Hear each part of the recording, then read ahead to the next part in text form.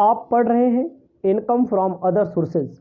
Income from other sources class के क्रम को आगे बढ़ाते हुए इस वीडियो के माध्यम से आपको सबसे पहले 25 नंबर क्वेश्चन मैं बताने जा रहा हूं।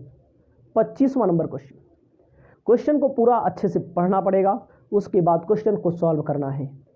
क्वेश्चन कहता है from the following particular doctor Atar Singh से रिलेटेड तमाम सूचनाएं दी गई हैं, जिसमें सिक्योरिटी एंड शेयर से रिलेटेड कुछ सूचना दी गई है। उसको पहले देख।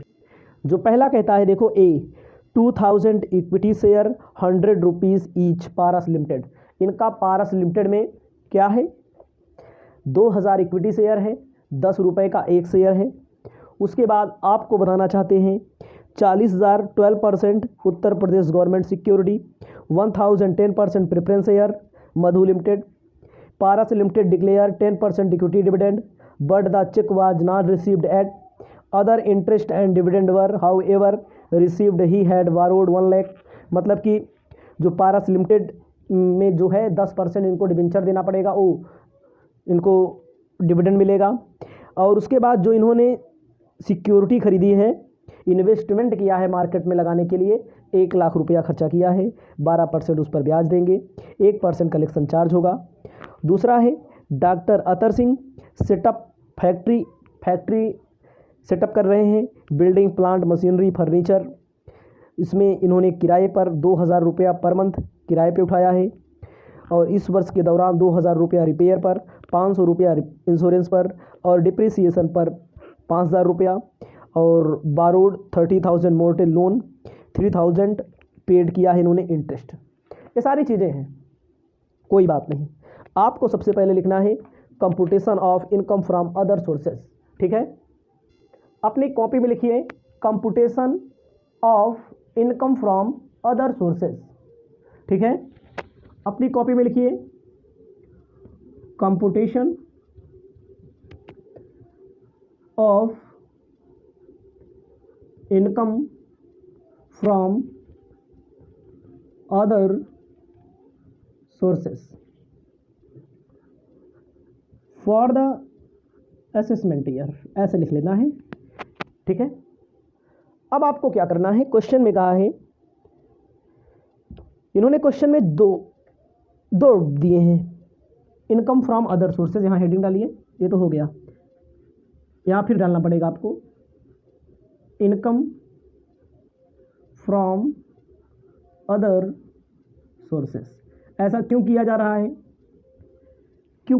है, क्योंकि जब आप क्वेश्चन में चेक करेंगे तो आपको मिलेगा he held the following security, मतलब सिक्योरिटी का दिया है, और दूसरा नंबर है जो किराए उराए पे दिए हैं।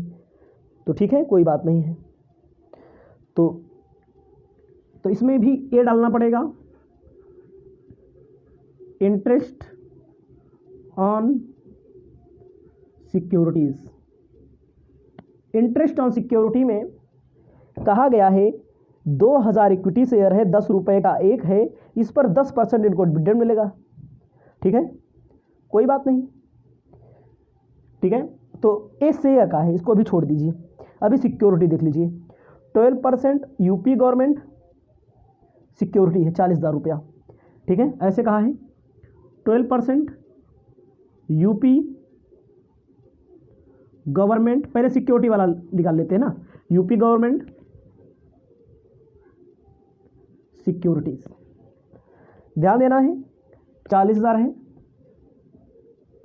40,000 12/100, मतलब 40,000 रुपये इन्होंने इन्वेस्टमेंट किया है। इनको कितना मिलेगा, इनको मिलेगा 12%, 4800। ग्रॉसअप नहीं किया जाएगा। क्यों ग्रॉसअप नहीं किया जाएगा, क्योंकि सरकारी को ग्रॉसअप नहीं करते हैं, ये आप अच्छी तरह जानते हैं। सिक्योरिटी वाले नियम में मैंने बताया है, इसीलिए मैं बताता हूं, सिक्योरिटी वाला नियम कानून आप बेहतर ढंग से पढ़ लें। उसके बाद इसमें भी एक सिस्टम है। इसमें एक सिस्टम क्या है, इसमें इसको खरीदने के लिए जो 40,000 रुपया इन्वेस्टमेंट किया है, इसको खरीदने के लिए लोन लिए हैं। लोन कितना लिया गया है, 1 लाख। इसमें छूट मिलेगी, इंटरेस्ट ऑन लोन। समझिए, लोन जो लिया गया है वो 1 लाख का लिया गया है, उसी 1 लाख में शेयर भी खरीदा है और इसी 1 लाख में शेयर भी खरीदा है, उसी 1 लाख में सिक्योरिटी पर भी इन्होंने अपना पेमेंट किया है। तो इसमें आपको ध्यान देना है, तो इसमें ब्याज लगेगा, तो इसमें ब्याज जो लगेगा उसकी इनको छूट मिल जाएगी। तो क्वेश्चन में चेक कर लीजिए, इन्होंने क्या कहा है, इन्होंने कहा है 1 lakh rupees 12% per annum purpose of making all above investment also ना। तो जो इन्होंने इन्वेस्टमेंट किया है, इसमें कितना इन्वेस्टमेंट किया है, यूपी गवर्नमेंट में इन्होंने इन्वेस्टमेंट किया है 40,000 रुपये का। पूरा इनका कितना है ब्याज बन रहा है, 1 लाख लोन पर कितना ब्याज मिलेगा, 12,000। 1 लाख के लोन पर 12,000 ब्याज रहेगा, उसके अलावा 12,000 ब्याज रहेगा 1 लाख के लोन पर। ठीक है, टोटल इन्होंने लोन कितना लिया, टोटल इन्होंने इन्वेस्टमेंट कितना किया, 1 लाख रुपया लोन लिया है, उसके अलावा 2,000 गुणे 10 करेंगे 20,000 हो जाएगा, 1,000 गुणे 100 करेंगे 1,60,000 बनेगा। समझिएगा, जो इन्वेस्टमेंट किया है इन्होंने कितना किया है, इन्वेस्टमेंट के हिसाब से लिखना है, 2,000 शेयर है, एक शेयर का दाम 10 रुपया हो जाएगा 20,000।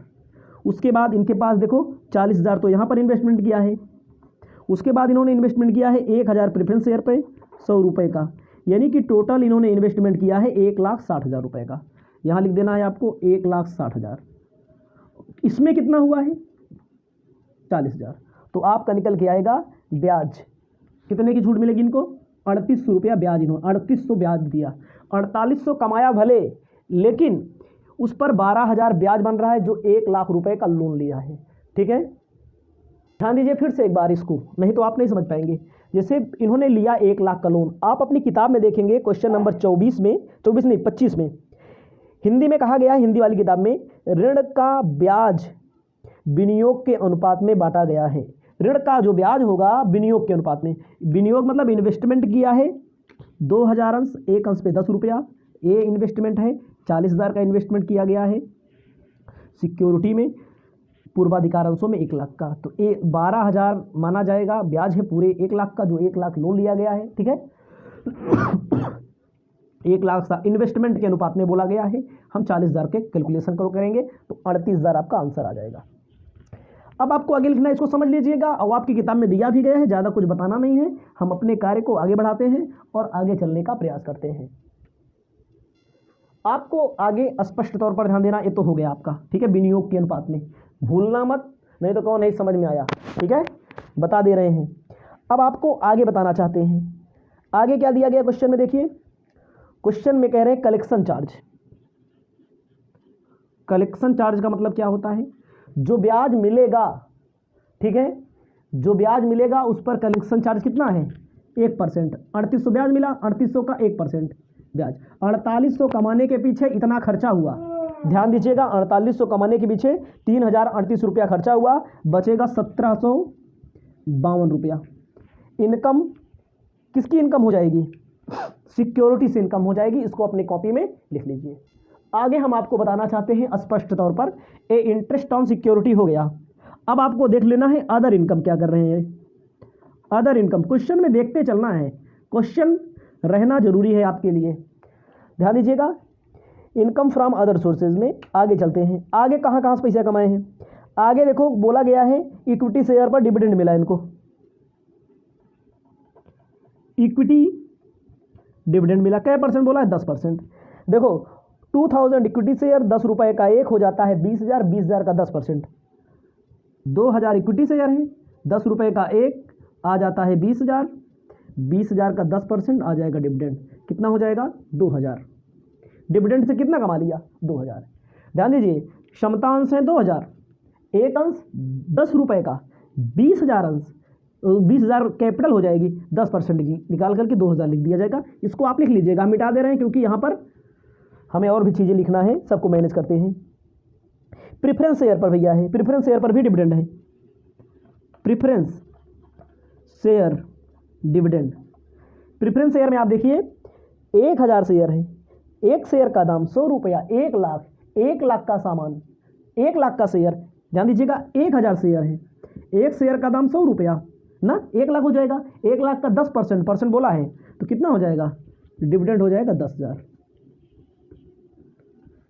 उसके बाद आपको ध्यान देना है थोड़ा आगे, आगे क्या बोला है, डिविडेंड हो गया।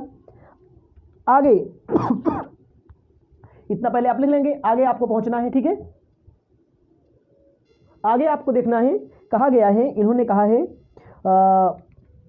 इन्होंने दूसरा नंबर से। अब देखिए सेटअप किया है इन्होंने फैक्ट्री को किराए, इनके पास फैक्ट्री है, बिल्डिंग किराए पर देते हैं, प्लांट किराए पर देते हैं, कोई बात नहीं है, बिल्डिंग किराए पर देते हैं, कितना रुपया पाते हैं, 2,000 रुपया पर मंथ, 12 दूनी 24,000। ध्यान दीजिए, बिल्डिंग किराए पर देते हैं, इनको रेंट मिलता है, बिल्डिंग किराए पर देते हैं, 24,000 पाते हैं भैया।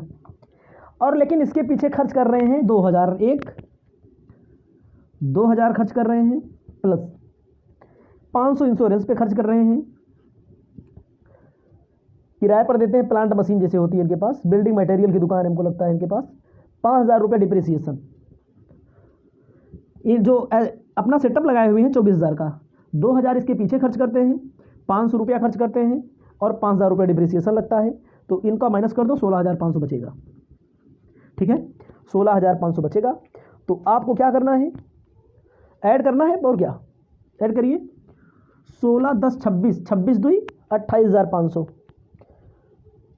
28,500, इसको कैलकुलेट कर लेते हैं, ठीक है,